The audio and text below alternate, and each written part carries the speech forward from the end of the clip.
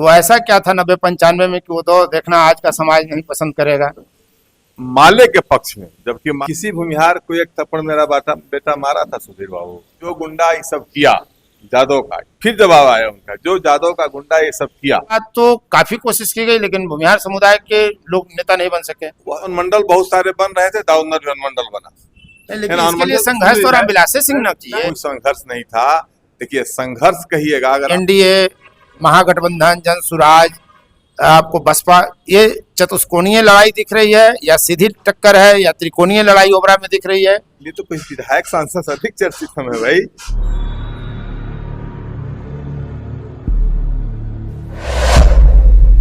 नमस्कार, मैं उपेंद्र कश्यप और आप देख रहे हैं फोर्थ व्यू।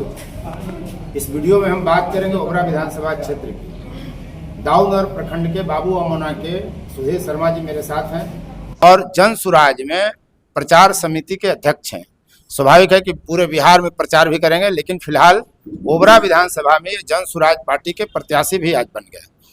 प्रश्न ये उठता है कि ओबरा में ये पूरी राजनीति बिहार की समझते रहे, ओबरा की राजनीति को इन्होंने कैसे देखा समझा, इसका इतिहास क्या रहा है और यहाँ का सामाजिक राजनीतिक जो पृष्ठभूमि है उसके बारे में हम इनसे बात करेंगे इस वीडियो में।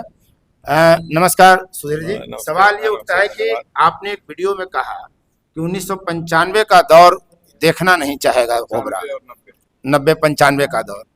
तो ऐसा क्या था 90-95 में कि वो दौर देखना आज का समाज नहीं पसंद करेगा? ओबरा में तो शांति और समाजवादियों की धरती रही है।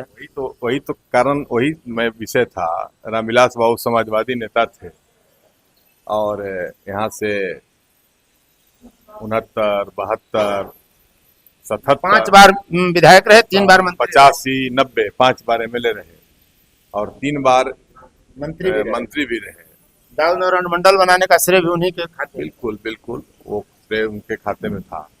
लेकिन उनके पुत्र ने जो दाऊदनगर और ओबरा की स्थिति कर रखी थी, जिसके कारण यहाँ का आम आवाम जो शांति प्रिय समाज था, चाहे किसी जाति वर्ग का लोग, उन लोगों ने तमाम समीकरणों से ऊपर उठ करके और माले के पक्ष में, जबकि माले का वह उस समय तक माने बर्निंग पॉलिटिक्स था।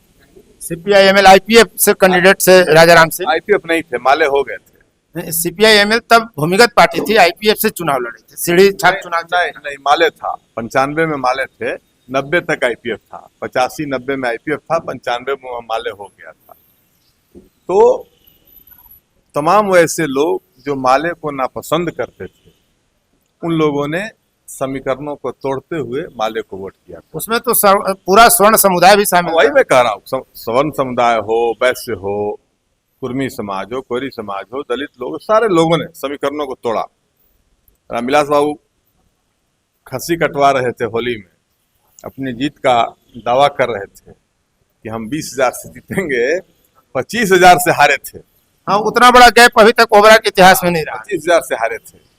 चुनाव के बाद उन्होंने मुझसे पूछा कि हम माले से भी खराब थे, तो हमने कहा कि नहीं, आप माले से खराब नहीं थे, आपका बेटा आपको खराब कर दिया था।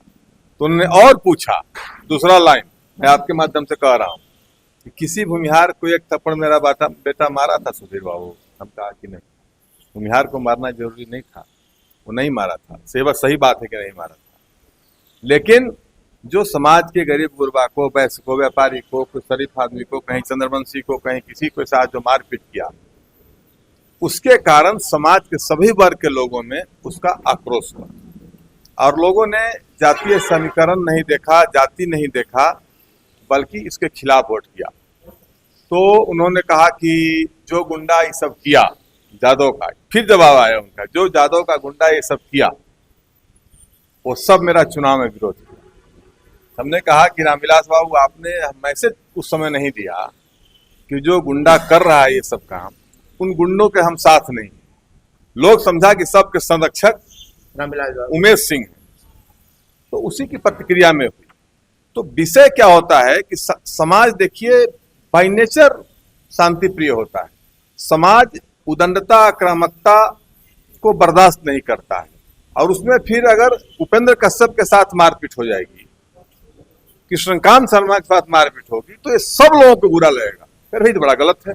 और पॉलिटिकल सोशल आदमी अगर ऐसा करेगा तो उसका तो किसी कीमत पर लोग उसको तरजीह नहीं देंगे। लेकिन आप जो कह रहे हैं कि हाशिए पर जो आबादी थी, जो कमजोर जातियां थी, उनके साथ स्वर्ण समुदाय खासकर भूमिहार समाज रहा है, तो भूमिहार बिरादरी का आज तक 1951-52 से अगर हम चुनाव देखते हैं तो सिर्फ वीरेंद्र बाबू जो हैं 1980 में जीतते हैं, कोइलवा निवासी। उसके बाद तो काफी कोशिश की गई लेकिन भूमिहार समुदाय के लोग नेता नहीं बन सके। वह देखिए, वह तो नेता तो जो जीत के भी गए दोबारा का दुर्भाग्य रहा। अब ये वीरेंद्र बाबू का जितना दुर्भाग्य कैसे माना जाए? मैं बता रहा हूँ ना, दुर्भाग्य मैं नहीं कह रहा हूँ, मैं कह रहा हूँ वीरेंद्र बाबू को कोई हम विश्लेषण में मैं क्या मानेंगे कि वो जीत के गए तो उन्होंने ओबरा का बहुत मान सम्मान, मैं वो नहीं कह रहा हूँ, जाति की बात नहीं हो रही है। मैं कह रहा हूँ कि 77 से जिस स्वरूप में आज ओबरा है, अभी इस स्वरूप में 77 से है, 52 से दूसरा स्वरूप, तो दाऊदनगर विधानसभा क्षेत्र से दाऊदनगर हंसपुरा था, 77 ओबरा तो नवीनगर और बारून। हाँ, तो ओबरा जिस स्वरूप में 77 से है। रामविलास बाबू बड़े ही भद्र आदमी थे, सीनियर आदमी थे, लेकिन काम करने कराने की क्षमता उनमें नहीं थी, उनमें भी नहीं थी। मैंने रामविलास बाबू ने दाऊदनगर को अनुमंडल बनवा दिया। क्या है, दाऊदनगर तो जिला बनने लायक था, वो रामविलास बाबू या लालू यादव की कृपा नहीं थी। वह जो है दाऊदनगर के साथ नाइंसाफी बहुत दिनों से जो हो रहा था, तो अनुमंडल बहुत सारे बन रहे थे, दाऊदनगर भी अनुमंडल बना। लेकिन इसके लिए संघर्ष तो रामविलास सिंह ने किए। संघर्ष नहीं किया, रघुनाथ झा का संघर्ष माना जाएगा, राजो सिंह का संघर्ष माना जाएगा, जिन्होंने शेखपुरा को जिला बनवा दिया लालू यादव के शासनकाल में, राजो सिंह ने। रघुनाथ झा ने जिला, रामविलास बाबू से मैंने इंटरव्यू जो लिया था, मैंने छापा भी, 19 साल तक वो संघर्ष किया, प्रयासरत रहे। कोई संघर्ष नहीं था। देखिए, संघर्ष कहिएगा, अगर आप उनका इंटरव्यू छोड़ दीजिए, संघर्ष कहिएगा तो सत्यदेव सिंह ने सोन अरवल सहार पुल संघर्ष समिति बनाकर संघर्ष किया। वो संघर्ष दुनिया जानती थी। जिस दिन पास हुआ वह सोन पुल, और हम लोग उद्घाटन में मुख्यमंत्री के साथ अरवल में थे, सत्यदेव सिंह नीचे बैठे हुए थे उस समय जनता दल में। यही तो राजनीति है। सुनिए, कमजोर जाति के लोग हाशिए पर धकेल दिए। भाई सुनिए ना, उस सत्यदेव सिंह को नीतीश कुमार ने उसी संघर्ष के कारण ऊपर बुलाया, मंच पर भाषण कराया, तो वह संघर्ष था। ये ओबरा में ये दाऊदनगर अनुमंडल बनना कोई संघर्ष नहीं था और किसी कृपा नहीं थी। दाऊदनगर 1885 की नगर पालिका है। जब गया जिला के बाद दाऊदनगर 1885 में बना, दाऊदनगर ही नगर पालिका था। इस पूरे जहानाबाद के बाद, जहानाबाद हो, औरंगाबाद हो, नवादा हो, कोई दाऊदनगर के बराबर का शहर नहीं था। तो दाऊदनगर पर कोई कृपा नहीं किया। दाऊदनगर तो जिला होना चाहिए था। तो दाऊदनगर अनुमंडल बना करके, जहां अनुमंडल, आप देखिए ना भाई, कृपा कहाँ किया? कृपा है ये आपको वहां उसको क्या खीरसराय में निमचक बथानी कृपा है, निमचक बथानी में अनुमंडल कृपा है। अब लोकल पर यह कृपा क्या है? ये तो अब जो है ओबरा विधानसभा क्षेत्र में जनसुराज से सुधीर शर्मा हो गए, एनडीए से डॉक्टर प्रकाश चंद्रा हो गए, राजद का कैंडिडेट पता नहीं क्या कौन होंगे, अभी क्लियर नहीं है, बसपा से प्रत्याशी हैं संजय शर्मा।